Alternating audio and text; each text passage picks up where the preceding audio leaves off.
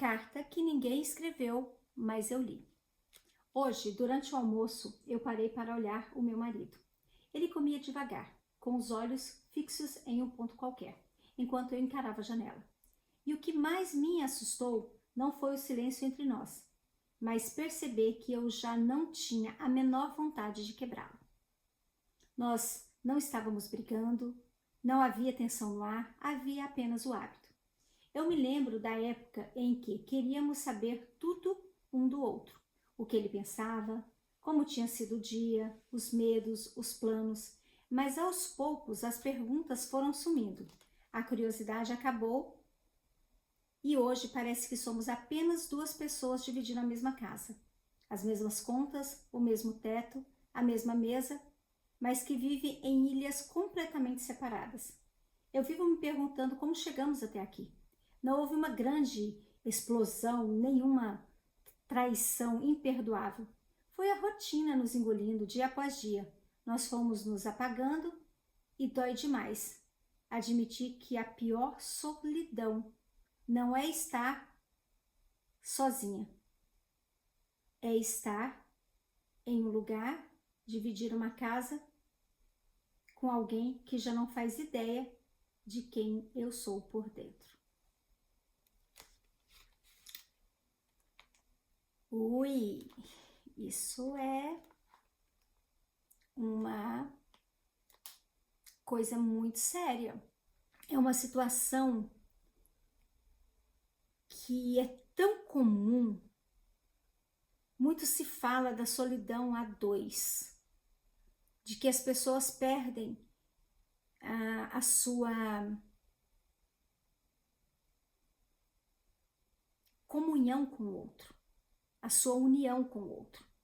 E aí dividem o mesmo teto, dividem as contas, os afazeres, os dizeres para os filhos e geralmente essas crises, elas costumam acontecer quando os filhos estão indo, estão crescendo, estão seguindo as suas vidas. E aí, essa carta revela a dor do para que eu estou nesse local. Porque necessariamente não é causado por uma grande tragédia, um terremoto muito grande no relacionamento.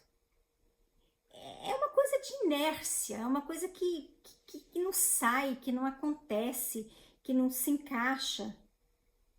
As palavras que não foram ditas, que foram malditas, que deveriam ser ditas e não foram ditas.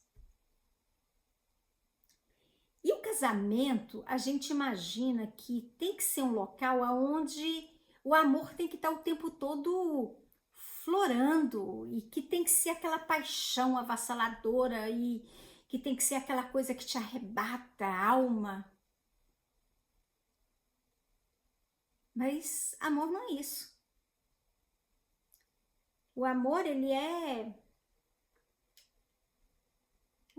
silencioso. O amor, ele não chega te arrebentando. O amor é uma busca contínua de querer descobrir o interior do outro. Não é uma coisa que vem pronta, é uma coisa que você tem que construir ao longo da sua existência junto com aquela pessoa. Inclusive, o silêncio, ele tem que ser em comum acordo. A ausência um do outro tem que ser em comum acordo. Tudo tem que ser em comum acordo. O casamento, ele tem que ser em comum. Porque se não for em comum, não é casamento. Eu respeito muito, sabe? Aquelas pessoas que batem no peito e falam, não vou me casar. Não quero casar, não tenho a mínima vontade, não nasci para isso, não quero. Seja lá qual foi o motivo pelo qual essa pessoa resolveu que não iria casar. Não importa, isso não é relevante. tem que ser tratado, se é uma dor, sim, é lógico que sim, mas eu gosto quando a pessoa diz, eu não quero dividir a minha vida com outra pessoa, porque eu não quero me doar a outra pessoa. E tá tudo bem, porque é mais saudável assim. Porque casamento é dividir. É fazer concessões que você não faria, concessões saudáveis, veja bem que eu estou dizendo sobre concessões saudáveis. É entender a transformação que está acontecendo com o outro, que está acontecendo com você, e conversar sobre isso, chegar em um denominador comum ali, em função dos dois. Casamento ele não pode ser feito aqui e aqui, ele tem que ser entrelaçado. Engraçado, né? Eu escolhi uma aquarela, né? As aquarelas que eu pinto, que tem a forma de uma aliança, que tem a forma de uma aliança mesmo. E nem estava planejado que seria essa aquarela, mas chegou ela e veio ela e essa carta, ela conta muito sobre uma coisa muito visceral que tem acontecido. E o mais complicado é que as pessoas elas vão trocando de casamento, vão trocando de parceiros e parceiras e acha que isso será a solução dessa falta de doação ao outro, né? Casamento, você tem que ser intencional em fazer pontes, construir pontes. Tem que ser intencional e tem que ser os dois querendo. Porque nesse vínculo de casamento, se um vive para A e o outro vive para X, eles vão se distanciando. E foi o que aconteceu nessa carta. Porque não tem sentido, não existe sentido em estar solitária e acompanhada. Eu ouvi uma vez de uma pessoa e aquilo me deixou muito pensativa e reflexiva. Eu preferi me separar porque eu estava viúva de um marido vivo. Aquilo foi muito forte, aquilo foi muito visceral. Aquela mulher me falou aquilo com uma dor profunda na alma, dizendo que por muitos anos ela lutou, e aqui eu não estou dizendo que é porque ela é mulher que ela viveu isso. Eu estou dizendo que homens também vivem isso. Eu estou dizendo que o indivíduo vive isso. Está acompanhado, mas se sente só. Será que existe recomeços depois desse gap? Depois desse buraco? Eu acredito que sim. Eu acredito que existe sim recomeços, mas de um jeito diferente. Não de um jeito visceral, sentido, avassalador da paixão que arrebata por dentro. Não, não. Como diz os grandes poetas, a paixão é um estado de demência. E ainda bem que ela não passa a vida inteira acontecendo dentro da gente, porque a gente não teria estrutura para viver nessa utopia chamada paixão. E aí a gente vai para um próximo estágio, que é a maturidade. E a maturidade ela faz com que a gente desenhe, planeje, faça coisas que a gente não está querendo fazer. Se você vai entrar num casamento pensando que é só a parte do fogo, não entra nessa. Porque você vai dividir coisas muito complexas, muito complicadas. Porque somos muito complexos, o ser humano é muito complexo. Nós temos as nossas próprias, os nossos próprios desejos, as nossas nhacas. E o outro também tem. Olha que coisa doida. E tem que ser uma coisa decidida. Por isso que eu respeito quem fala que não vai casar. Eu gosto da pessoa que fala, não vou casar. Não quero casar. Sou egoísta demais para isso. Eu não quero me doar. Eu não tô afim de dar meu tempo. Não quero dividir uma cama. Gosto de dormir atravessado na cama. Gosto do meu ar muito gelado. Ou eu detesto o ar, não gosto de passar frio de noite. Gosto de não comer o que eu não quero comer. Não gosto de ficar dando satisfação. Eu respeito a pessoa que fala assim, não vou me casar. Porque é uma divisão. É uma divisão de você para o outro, é uma doação de você para o outro. E se você tem essa necessidade de ser feliz visceralmente, você não pode se casar, porque casamento é para fazer o outro feliz. Meu Deus, eu já vejo os haters. Eu já vejo tanta gente escrevendo e tá tudo bem. Não, eu tô casando para mim, para que eu seja feliz. Porque eu encontrei a pessoa que vai me fazer feliz. Você não sabe o que você está falando. Porque não é assim que funciona. Ninguém consegue te fazer feliz. E eu te digo, nem você consegue te fazer feliz, tá?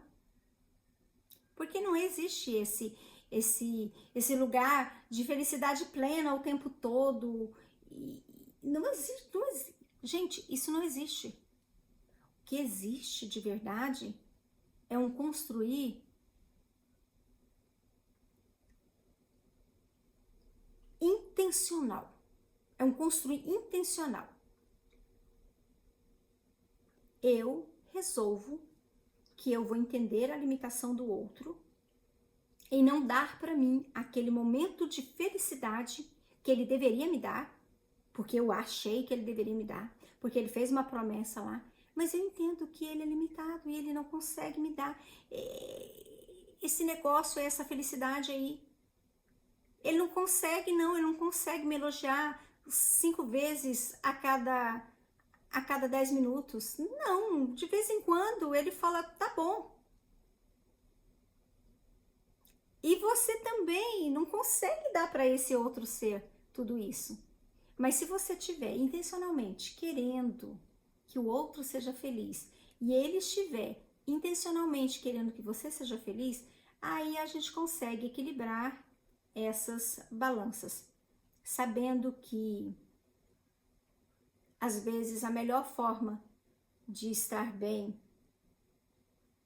é realmente não estar acompanhado, ou se você resolveu estar acompanhado, é fazer reconstruções todos os dias, junto com o outro, em decisão com o outro. É possível sim construir uma nova fase de um amor mais maduro, de um casamento mais maduro? Eu acredito que sim. Eu acredito muito sobre a reconstrução de um relacionamento, desde que aqui se conheça, saiba seus limites, saiba quem é, saiba a sua autorresponsabilidade no que tem que fazer para o outro, aqui também saiba a autorresponsabilidade do que tem que fazer para o outro, e aí sim. E aí intencionalmente eu digo, muito obrigada pelo seu trabalho, muito obrigada porque você tem se dedicado a suprir a nossa casa. Eu falo isso pro meu marido.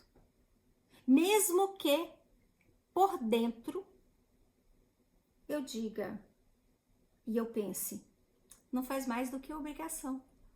porque eu também estou aqui servindo, cozinhando, limpando, lavando, passando, organizando.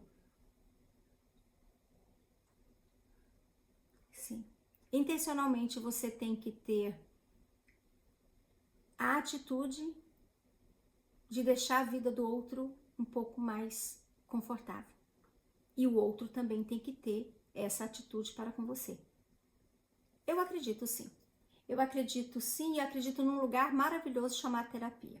Eu não vou cansar de falar sobre terapia, porque a terapia, ela me resgatou de mim mesma. Ela me tirou daquele lugar onde eu me sentia coitada, que eu me sentia que tudo conspirava para que eu não fosse feliz. E aí eu descobri que a pessoa que mais me fazia triste era eu mesma. Olha que doidura isso. Sim, existe terapia. Acredito que a terapia, ela pode sim trazer benefícios maravilhosos. Existem profissionais maravilhosos que fazem terapia de casal, mas eu acredito na terapia individual e depois você junta esse negócio. Porque é bom, você sabe quem você é, você sabe o que você quer e você sabe o que você consegue dar ao outro e o que você quer dar ao outro, né? E não tem um lugar que te trate mais emocionalmente, espiritualmente, fisicamente, em todas as áreas, do que dividir a sua vida com alguém. Não acho que o caminho mais rápido e mais fácil seja a separação. Talvez, em alguns casos, talvez seja assim, né? E eu não estou falando de abusos, eu não estou falando de coisas sérias, de coisas... Vocês sabem do que eu estou falando. Eu estou falando de pessoas que querem minimamente ter uma vida feliz e uma vida satisfatória. Mas, quando se trata de casamento, é doação. Muito mais do que você tirar do outro. É você ver o que você pode dar ao outro, intencionalmente. Espero que esse vídeo faça sentido para você. Se você sabe que alguém está passando por alguma questão aí que é muito séria, minha agenda, ela tá aberta, né? Eu tenho alguns horários ainda que eu consigo atender, mas independente disso, né, me siga porque eu sempre estou trazendo esse tipo de conteúdo. Espero que essa carta tenha feito sentido para você. Me siga nas minhas redes sociais e um beijo até a nossa próxima carta. Tchau, tchau!